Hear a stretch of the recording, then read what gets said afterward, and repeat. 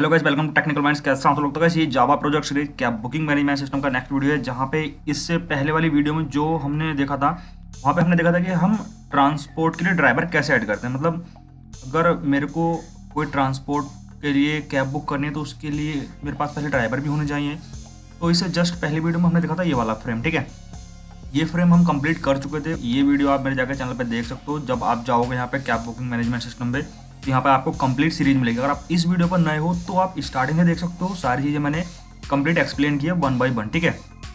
तो आज की वीडियो में अगर जो भी हम फ्रेम देखेंगे वो हम देखने वाले हैं बुक ट्रांसपोर्ट, मतलब कि जो भी हमारा ट्रक का पैकेज होता है उसको कैसे बुक करते हैं, ठीक है।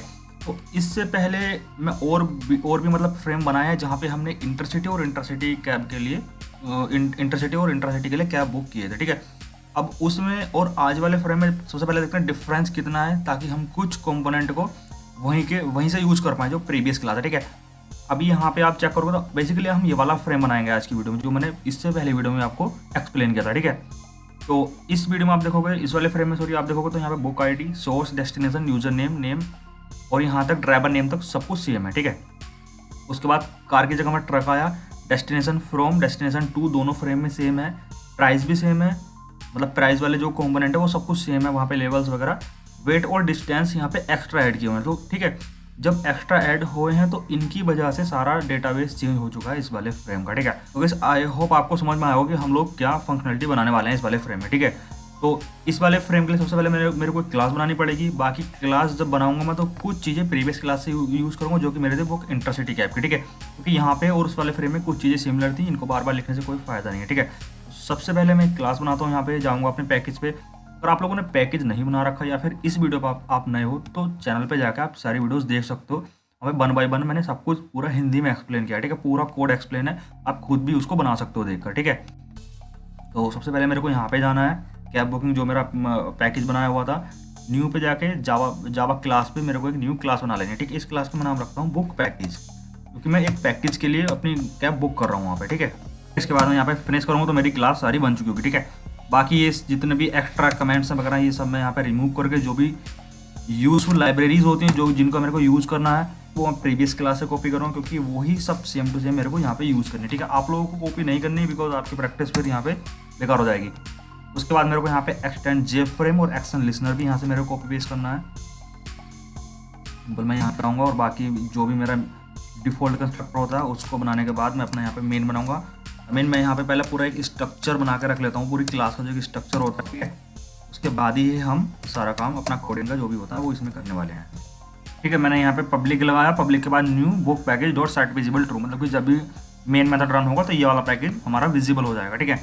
उसके बाद यहाँ पे अभी एरर शो हो रही है। एरर इसलिए शो हो रही है क्योंकि जो भी मैंने यहाँ पे एक्शन लिसनर को इम्प्लीमेंट किया है और जो भी इंटरफेस है उसका मैंने कोई भी मेथड को ओवरराइड नहीं किया, तो वो मेथड भी मेरे को ओवरराइड करना पड़ेगा यहाँ पे। उस मेथड को मैं प्रीवियस क्लास से कॉपी करता हूँ। सिंपल मेथड को public void action perform method जो होता है, तो ये हमारा पूरा एक स्ट्रक्चर बन चुका है हमारी क्लास का। अब उसके बाद जितने भी गाइस मेरे को आप यहाँ पे चेकआउट करोगे क्लास में आकर, तो जितने भी यहाँ पे पैनल्स बने हुए हैं, लेबल्स हैं, बुक ट्रक पैकेज जितने भी हैं, ये लेबल्स, बटन, चॉइस जितने भी हैं यहाँ पे, अगर मैं यहाँ पे चूज़ करता हूँ कोई भी एक ही, इनको चॉइस बोलते हैं, ठीक है। और जितने भी टेक्स्ट फील्ड हैं वो सभी पहले मैं ऑलरेडी बना के यहाँ पे रख लेता हूँ, उनके वेरिएबल्स डिफाइन करता हूँ, फिर उसके बाद 1 बाय 1 उनको हम बनाएंगे, ठीक है। तो सबसे पहले अगर मैं जाऊँ यहाँ पे बुक इंटरसिटी ऐप पे, मैं यहाँ से सारे लेबल्स, बटन, पैनल्स और चॉइस में यहाँ से कॉपी करता हूँ और यहाँ पे पेस्ट करता हूँ। उसके बाद देखते हैं हमारे पैनल में कितने कमी है और कितने अभी एक्स्ट्रा लग गए यहाँ पे, ठीक है। अगर मैं यहाँ पे सबसे पहले देखता हूँ चॉइस, तो चॉइस मैंने यहाँ पे लिए हैं 4 चॉइस लिए हैं, C1, C2, C3, C4। तो अपने फ्रेम में देखो हमारे को कितनी नीड है, 1, 2, 3 और 4, हमको 4 चॉइस की नीड है, तो वो ठीक है। बटन 2 है, बाकी टेक्स्ट फील्ड कितने हैं, 1, 2, 3, 4, 5, 6, 7, 8 हमारे यहाँ पे टेक्स्ट फील्ड है, ठीक है। तो 8 ही मैंने टेक्स्ट फील्ड लिए हैं। यहाँ पे एक एक्स्ट्रा है तो इसको मैं यहाँ से रिमूव करता हूँ। बाकी 2 बटन दे, 3 पैनल लेने हैं और बाकी फ़ॉन्ट मेरे को 2 ही फ़ॉन्ट लेने हैं, एक मतलब लार्ज और एक शॉर्ट वाला, ठीक है। बाकी कितने पैनल्स हैं, 1, 2, 3, 4, 5, 6, 7, 8, 9, 10, 11, 12, 13, ठीक है। और एक इमेज के लिए 14 मेरे यहाँ पे लेवल्स हैं, यहाँ पे मैंने ले रखे हैं 13, तो मैं यहाँ पे एक एक्स्ट्रा लगाता हूँ, ठीक है, 14। इस तरह चीज़ें मेरे को पहले डिफाइन करनी है। अब जब मेरे यहाँ पे सारे लेवल्स डिफाइन हो गए तो अब उसके बाद तो मैं यहाँ पे इनका ऑब्जेक्ट ऑलरेडी बना ही सकता हूँ, ठीक है। मैंने आपको ऑलरेडी बताया क्लास में, प्रीवियस क्लास में सब कुछ समझाया है। अब गाइस यहाँ पे आप इस वाले पैनल में देखो तो उसका कुछ एक साइज भी डिफाइन है ऑलरेडी, इसकी लोकेशन भी यहाँ पे डिफाइन है। तो सबसे पहले वही हम डिफाइन करते हैं। सबसे पहले देखो तो यहाँ पे कॉर्नर में एक लिखा हुआ आ रहा है एक मैसेज बुक ट्रक, मतलब कि अगर हमको ट्रक बुक करना है, मतलब कि यहाँ पे एटलीस्ट पता चल जाता है कि हमको क्या बुक करना है, मतलब कि ट्रक के लिए या फिर कार के लिए, कैब के लिए, मिनी कैब है, या फिर हमें इंटरसिटी कर रहे हैं, ठीक है। तो उसके लिए मेरे को यहाँ पे एक सुपर मेथड के थ्रू वैल्यू देनी पड़ेगी। उसके बाद मैंने इसका सेट लोकेशन सेट साइज किया यहाँ पे, ठीक है। आपकी मर्जी, आप यहाँ पे कोई भी नंबर दे सकते हो, मतलब कोई भी कुछ भी लिख सकते हो आप यहाँ पे, जो भी लिखोगे वो कॉर्नर में जाकर प्रिंट हो जाती है चीज़ें, ठीक है। उसके बाद मैं यहाँ पे सिंपल फ़ॉन्ट बनाता हूँ। जैसे मैंने यहाँ पे F1 = न्यू फ़ॉन्ट एरियल, मैंने उसका लाइक जो स्टाइल होता है वो दिया, यहाँ पे फ़ॉन्ट को बोल्ड किया, बाकी उसको मैंने दिया साइज़ 25, ठीक है। 25 इसलिए क्योंकि यहाँ पे आप देखोगे बुक ट्रक पैकेज इसका साइज़ थोड़ा बड़ा है, बाकी वो सबका छोटा है, ठीक है, इसलिए। और F1 का साइज़ मैंने यहाँ पे दिया 18, जो कि सभी में मेरे को यूज़ करना है, book ID source destination user name वगैरह में, ठीक है। और उसके बाद मैं यहाँ पे अपनी कुछ चॉइस क्रिएट कर लेता हूँ। जैसे अभी यहाँ पे आप रुड़की देख रहे हो, हरिद्वार देख रहे हो, और अमन, और बाकी यहाँ पे वेट के लिए यहाँ पे आप चूज़ कर सकते हो कोई भी, ठीक है। आपका यहाँ पे 500 से लेके 1000 के बीच में है, ठीक है, तो आप यहाँ पे चूज़ कर सकते हो। तो उसके लिए हम यहाँ पे एक चॉइस ले रहे हैं, तो सबसे पहले मेरे को 3 ऑब्जेक्ट बनाने पड़ेंगे, जबकि यहाँ पे 4 चॉइस है तो एक कम बाद बनाएंगे, ठीक है। लाइक सबसे पहला है CH1 = न्यू चॉइस, उसका मैंने ऑब्जेक्ट बनाया। यहाँ पे CH3 का भी ऑब्जेक्ट बनाया, ठीक है। अब उसके बाद जब भी इस वाले पैकेज को मैं रन करूँगा या फिर जब भी ये रन होगा, तो गाइस यहाँ पे सोर्स आप जो देख रहे हो ये बाय डिफ़ॉल्ट डेटाबेस से पिक होकर आता है, ठीक है। डेटाबेस से कौन सी डिटेल पिक होकर आएंगी, जो मैंने लास्ट वाली वीडियो में अपने बुक लाइक जो भी हमारा ऐड ड्राइवर था ट्रक के लिए, उसमें जो भी हमने डिटेल फिल की होंगी मैं आपको डेटाबेस में जाकर दिखाता हूँ सबसे पहले। तो बस अभी आप यहाँ पे देखोगे डेटाबेस में तो select star from transport driver, जब मैंने यहाँ पे किया तो ट्रांसपोर्ट ड्राइवर जो भी हमने लास्ट वाली वीडियो में जो भी टेबल बनाई थी उसके अंदर हमने कुछ डेस्टिनेशन और कुछ सोर्स ऐड किए थे, ठीक है।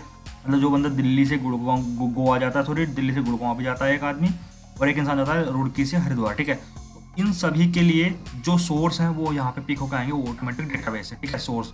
और सोर्स के बेस पर हम चूज़ करेंगे डेस्टिनेशन। अगर मान लो मैंने यहाँ पे दिल्ली सेलेक्ट किया तो दिल्ली से कितनी डेस्टिनेशन है, दिल्ली से 2 डेस्टिनेशन, एक तो गोवा की है और दिल्ली से ही हमारी गुरुग्राम की, ठीक है। तो फिर बाद में हम सेलेक्ट करेंगे हमें दिल्ली से गोवा जाना है, दिल्ली से गुरुग्राम जाना है, ठीक है। तो वो सब डेटाबेस का काम है। सबसे पहले तो मेरे को सोर्स पिक करना है अपने डेटाबेस से जब भी हमारा फ्रेम रन होगा, ठीक है। आई होप आपको चीज़ समझ में आई होगी। तो उसके लिए सिंपल मैं यहाँ पे अपने डेटाबेस से पहले कनेक्शन बनाता हूँ ट्राई कैच का। अब ट्राई कैच से कनेक्शन बनाने के बाद सिंपल कैच ऐसा भी हो सकता है, जब यहाँ पे आप चेकआउट कर रहे हो कि दिल्ली 2 बार आ रहा है, तो ऐसा नहीं होना चाहिए कि यहाँ पे सोर्स में दिल्ली भी 2 बार आए, क्योंकि मैं तो सिंपल यहाँ से डेटा पिक करूँगा, ऐसा नहीं होना चाहिए, ठीक है। यहाँ पे सिंपल दिल्ली एक ही बार आना चाहिए। दिल्ली एक बार आएगा तो हम फिर चूज करेंगे दिल्ली से गोवा जाना है, दिल्ली से गुड़गांव जाना है हमको, ठीक है। आई होप ये भी आपको समझ में आएगा। तो सिंपल मैं यहाँ पे जब कनेक्शन बनाता हूँ डेटाबेस से, तो सिंपल मेरे को यहाँ पे क्या करना है, जैसे कि मैंने यहाँ पे कनेक्शन बनाया डेटाबेस क्लास का, मतलब एक ऑब्जेक्ट बनाया। उसके बाद मैंने यहाँ पे क्वेरी लगाई सेलेक्ट डिस्टिनेट सोर्स, मतलब कि यहाँ पे मैंने डिस्टिनेट लगाया इसलिए क्योंकि जो भी यहाँ पे डुप्लीकेट वैल्यूज़ होंगी उनको वो रिमूव कर देगा, ठीक है। डुप्लीकेट वैल्यूज़ को रिमूव करने के लिए मैंने डिस्टिनेट लगाया यहाँ पे। और सोर्स से मेरे को वैल्यू पिक करनी है फ्रॉम ट्रांसपोर्ट ड्राइवर।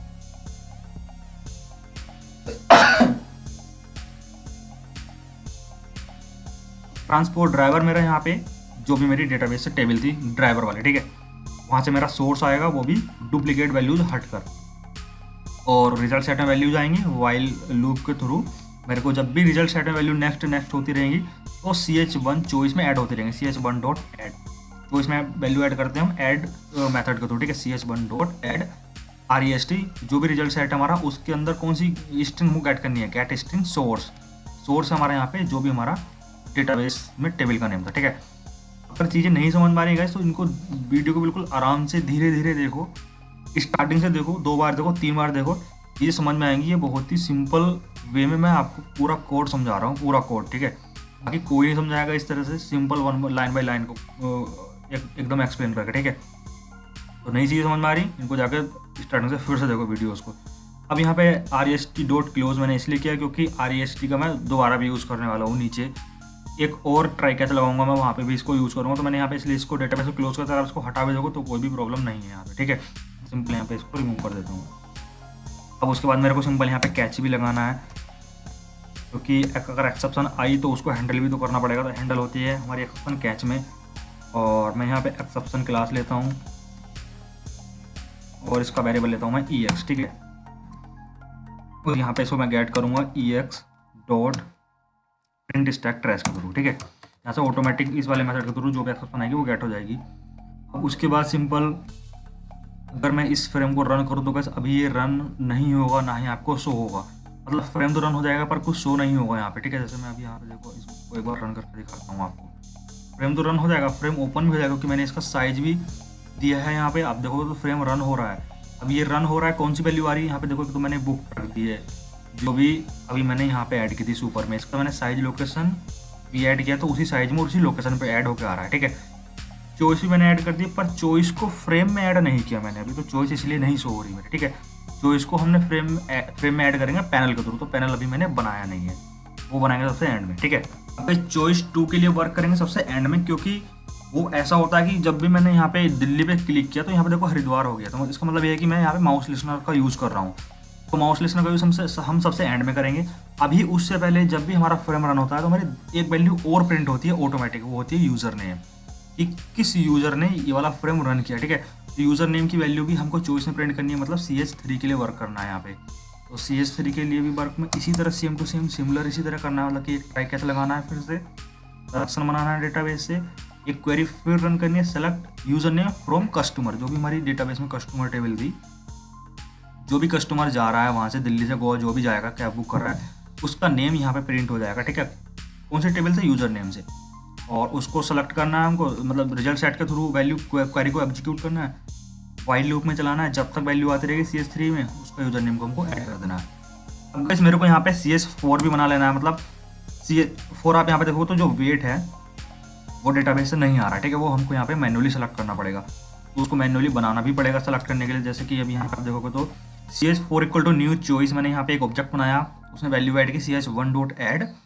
यहाँ पे जो भी वैल्यू आप देना चाहते हो वो कर सकते हो, मतलब कि 0 से 10 kg के बीच में है या 10 से 50 kg के बीच में, 50 से 100 के बीच में, तो वैल्यू आप यहाँ पे ऐड कर सकते हो। जैसे मैंने यहाँ पे ऐड की है, सेम टू सेम वैल्यू यहाँ पे प्रिंट हो जाएंगी, अब मेरे CH4 में ऐड हो जाएंगी वो, ठीक है। अब इतना काम गाइस मेरा हो चुका है। CH1 के लिए मैंने यहाँ पे वैल्यू बनाई, मतलब कि कोड किया, CH3 के लिए किया, CS4 के लिए किया।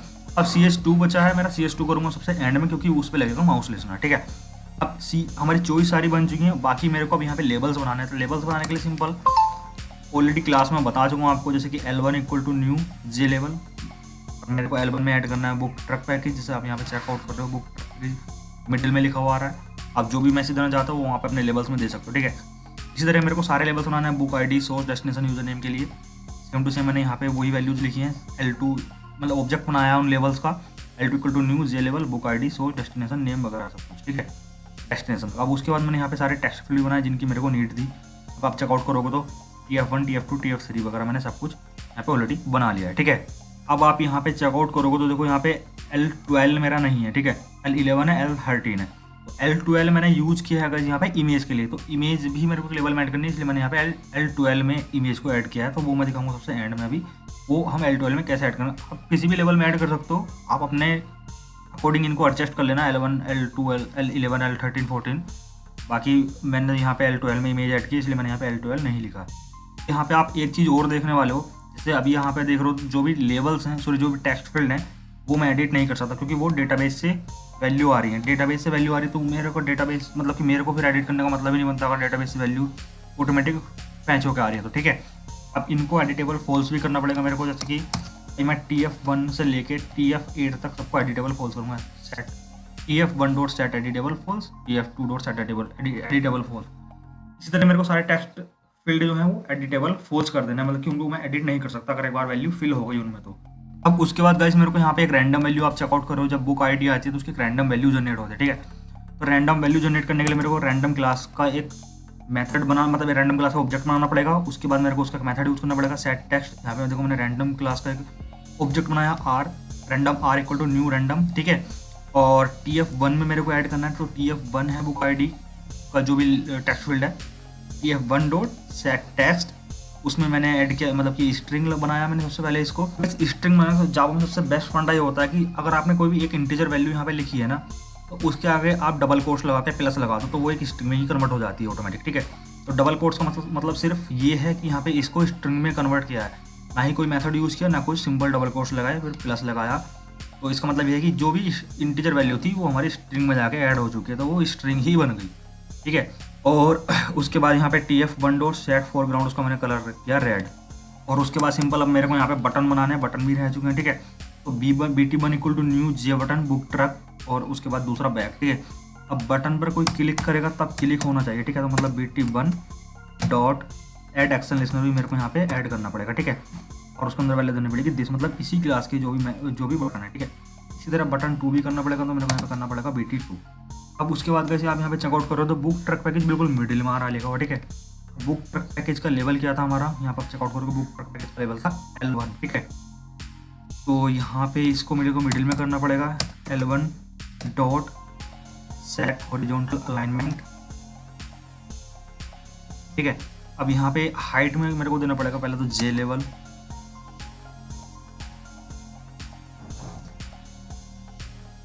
डॉट यहाँ पे देना पड़ेगा सेंटर, ठीक है। मतलब कि जो भी इसका कांस्टेंट वैल्यू होती है, तो इसलिए सिंपल यहाँ पे मेरे को सेंटर लिखना पड़ेगा, वो भी कैपिटल में।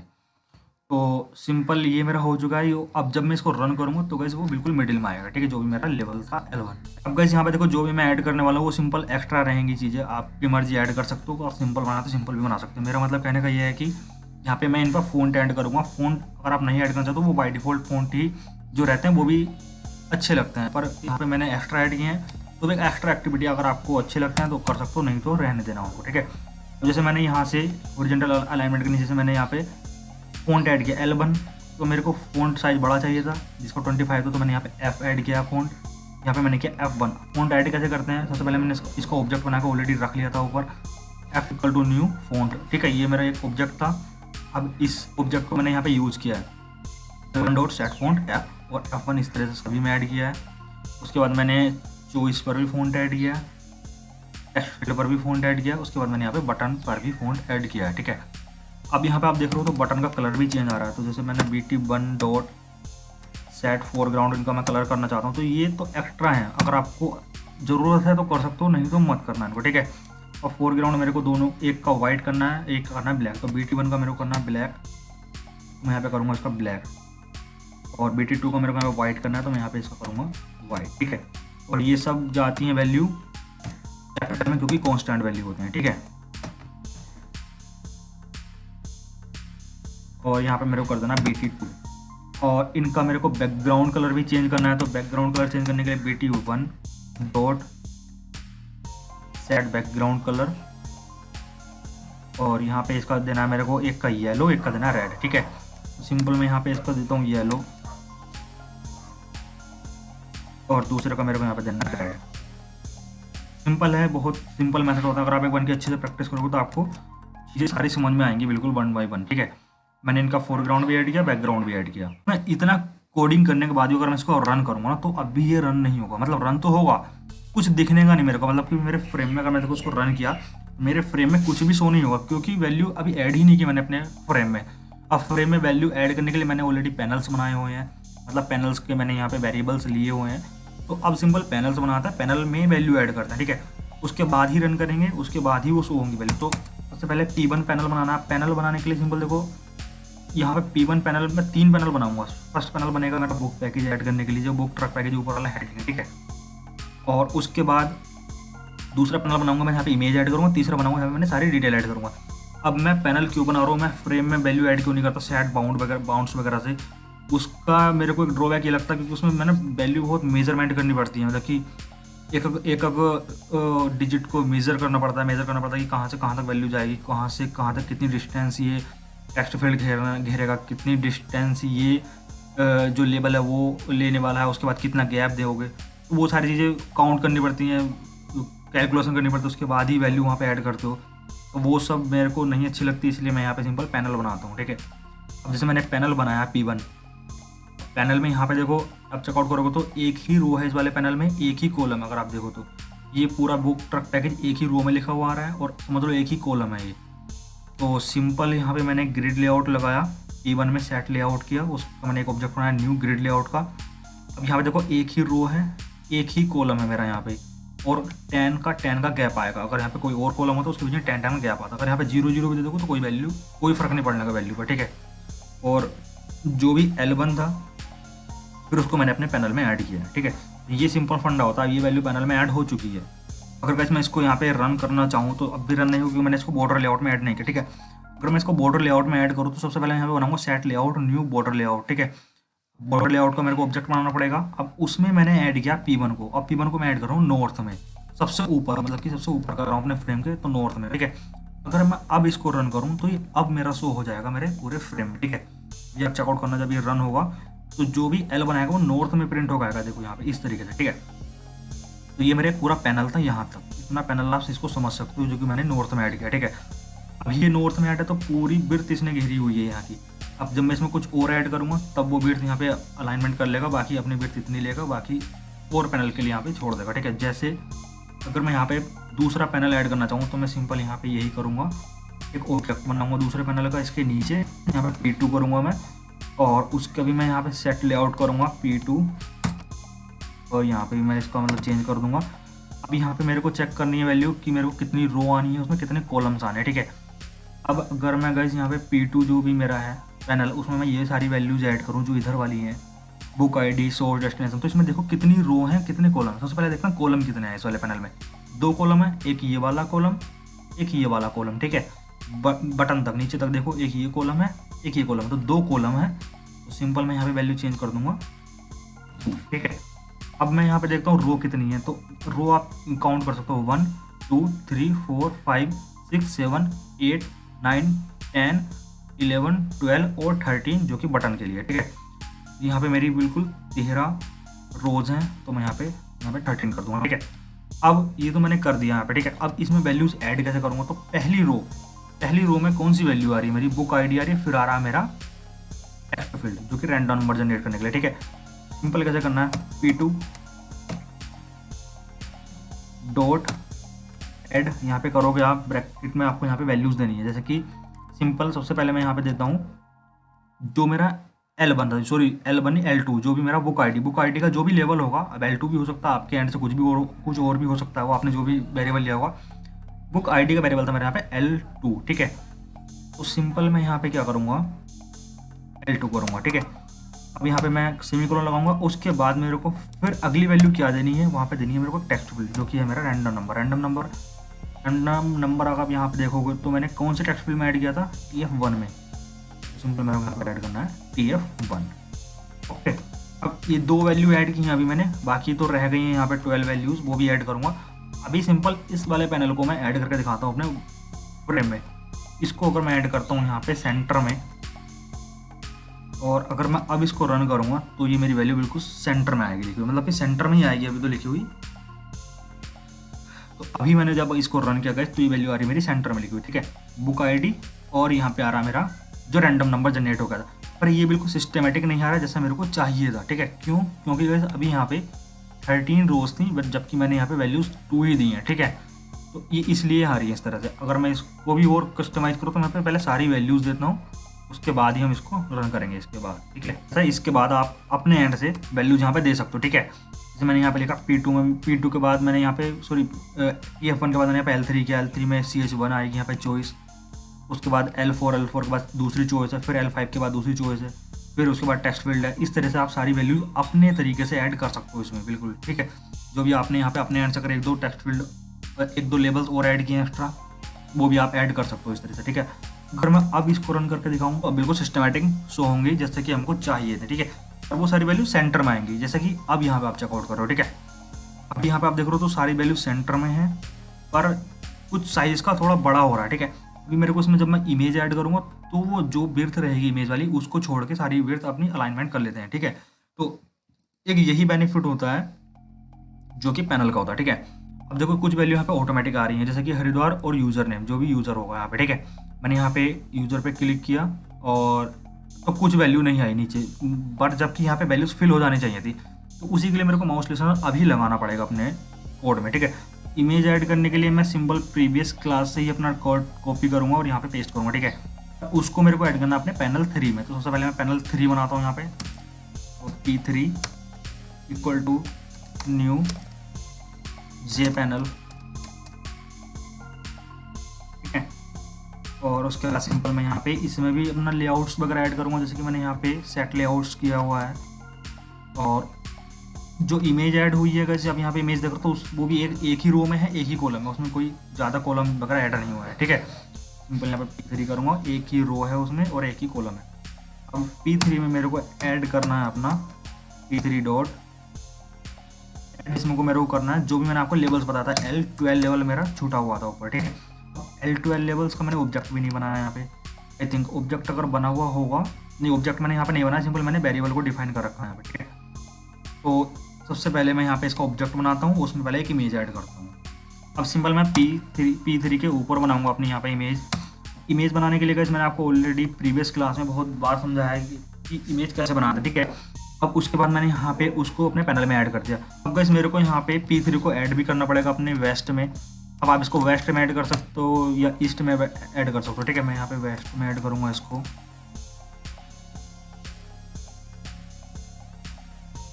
और यहाँ पे कर दूंगा उसको मैं P3। ठीक है, अगर मैं अब इसको एक बार रन करता हूँ तो यहाँ पे जो भी मेरी इमेज थी गाइस वो बिल्कुल अपनी विड्थ पर आ जाएगी, सेट होकर। ठीक है, जैसा मेरे को चाहिए था अपना कोड। पर यहाँ पे अगर मैं यहाँ पे देखो क्लिक कर रहा हूँ तो अभी कुछ भी वैल्यू नहीं आ रही है, तो सिंपल है मेरे को यहाँ पे माउस लिसनर लगाना पड़ेगा सभी चॉइस पर 1 by 1।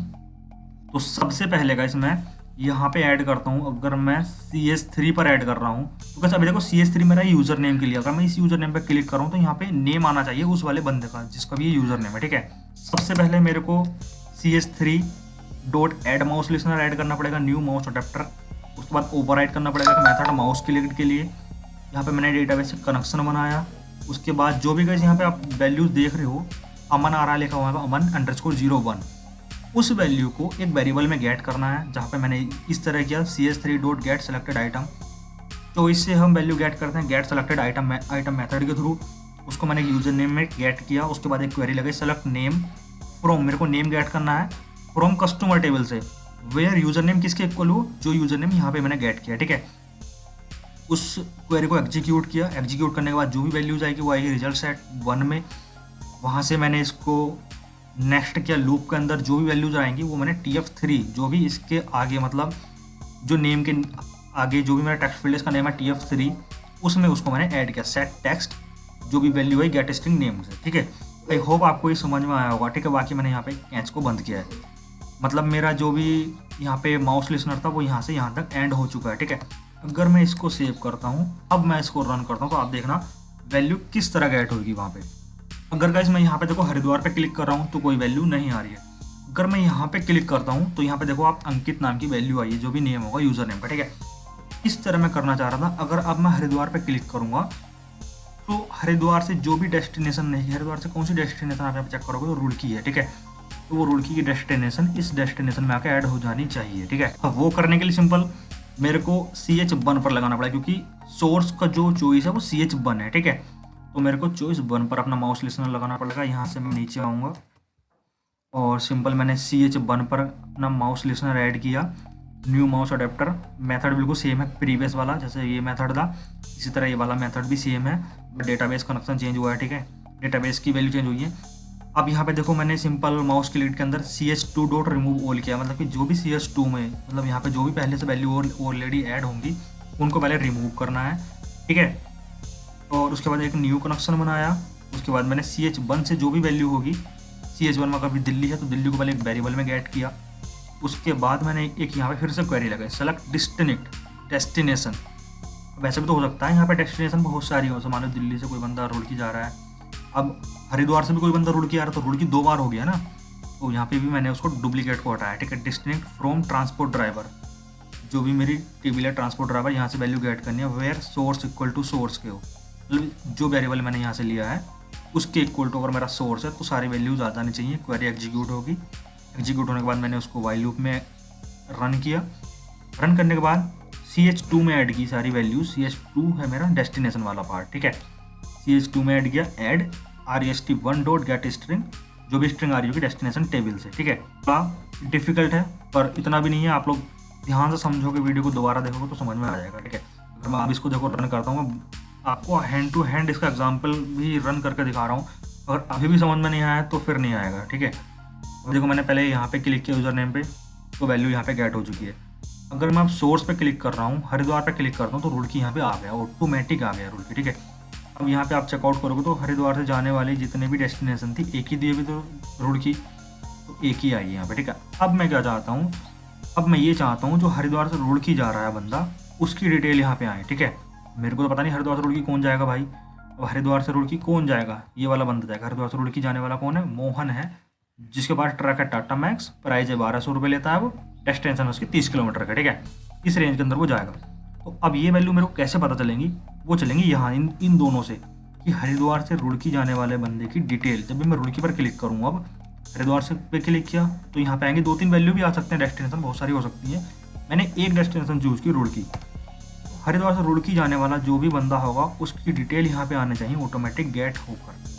तो कुल मिला के बात ये है, रुड़की पर जब भी मैं अब क्लिक कर रहा हूँ तो वैल्यू यहाँ पे आएंगी, ठीक है। ठीक है, तो सिंपल है, बिल्कुल सेम टू सेम मेथड यही रहेंगे, बट वैल्यू ये वाली चेंज होनी है यहाँ पर, ठीक है।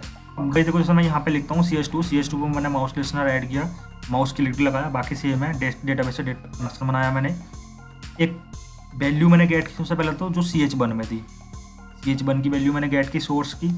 उसके बाद मैंने डेस्टिनेशन की वैल्यू गेट की, यहाँ पे दोनों वैल्यू मेरे पास आ चुके हैं, दिल्ली की और गोवा की, ठीक है। और उसके बाद मैं यहाँ पे ये वाला फ्रेम जो है ना, ये मेरे प्रीवियस क्लास का बना हुआ है, मतलब जो मेरा ऑलरेडी कोड है बना हुआ, मैं इसको यहाँ से कट कर देता हूँ। तो अभी जो भी मैंने रन किया था वो देखते हैं, ठीक है। उसी वाले फ्रेम में आपको समझ में आएंगी वैल्यू चीज़ें। अब देखो ये वाला फ्रेम है, यहाँ पे मैंने एक तो हरिद्वार की वैल्यू ऐड कर ली CH1 से, दूसरी की मैंने रुड़की की वैल्यू ऐड, ठीक है। एक ऐड कर लिया अपने दोनों वेरिएबल में, क्वेरी चलाई सेलेक्ट स्टार, सारी वैल्यू ऐड गेट करनी है मेरे को फ्रॉम ट्रांसपोर्ट ड्राइवर से, सारी वैल्यू गेट करनी है, ठीक है। किसके बेस पे गेट करनी है, सोर्स के और डेस्टिनेशन के बेस पे। वेयर सोर्स इक्वल टू इस वाले सोर्स के हो एंड डेस्टिनेशन हो रुड़की, दोनों होने चाहिए, ऐसा नहीं कोई एक, इसलिए मैंने और नहीं लगाया, यहाँ पे एंड लगाया, मतलब हरिद्वार भी हो रुड़की भी हो तभी वैल्यू गेट होनी चाहिए, ठीक है। और यहाँ पे देखो तो and destination equal to destination, जब दोनों वैल्यू इक्वल हो जाएंगी तभी मेरी यहाँ पे रिजल्ट सेट में क्वेरी एग्जीक्यूट होगी, वैल्यूज़ आएंगी, उन वैल्यूज़ को मेरे को फिर यहाँ पे ऐड करना है, मतलब कि TF4 में ड्राइवर ऐड करना है। यहाँ पे आप देखो तो ड्राइवर का नेम आएगा, ट्रक आएगा, डेस्टिनेशन, प्राइस, डिस्टेंस, सारी वैल्यू मैंने 1 by 1 ऐड कर दी है, ठीक है। अब देखो इसको रन करता हूँ, यहाँ से सिंपल रन पे जाऊँगा मैं। अब देखो मैं यहाँ पे हरिद्वार पे क्लिक करता हूँ, उससे पहले तो रुड़की आया, ठीक है।